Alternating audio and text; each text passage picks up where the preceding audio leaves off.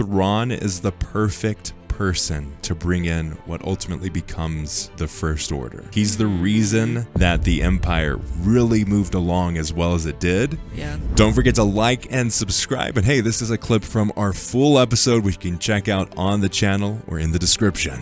Now, back to the clip.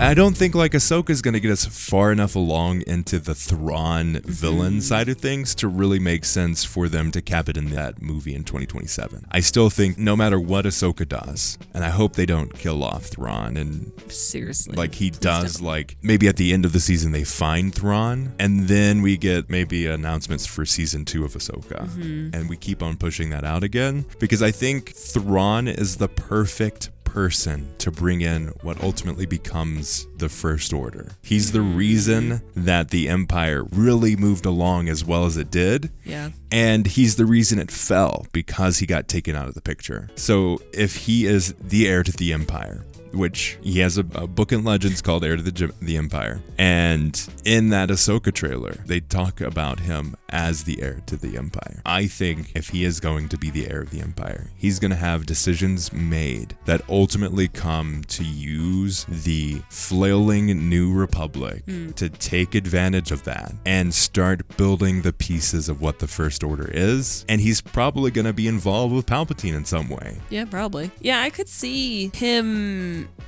I don't know if I want to see him infiltrating, because that's not the warrior way. But I definitely think we're gonna see either a collapsing of the Shadow Council or his strategic use of the Shadow Council. Or just taking it over. Well, and kind of dispersing them into what the New Republic is. Yeah. Obviously, he's got Pelion in place of him, so he feels like the Shadow Empire isn't it's serious enough. Yeah, these are little kids. Yeah, they're playing with their toys across the galaxy. Let them play in their little sandbox together.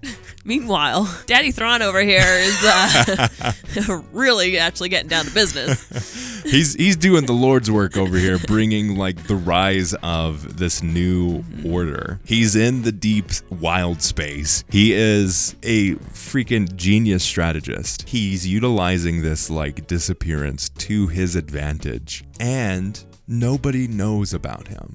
The Shadow Council knows about him, but not really anything else. Ahsoka knows about Thrawn, but not really anybody else. Yeah. If you ask Din Djarin who Thrawn is, he'd be like, I don't know.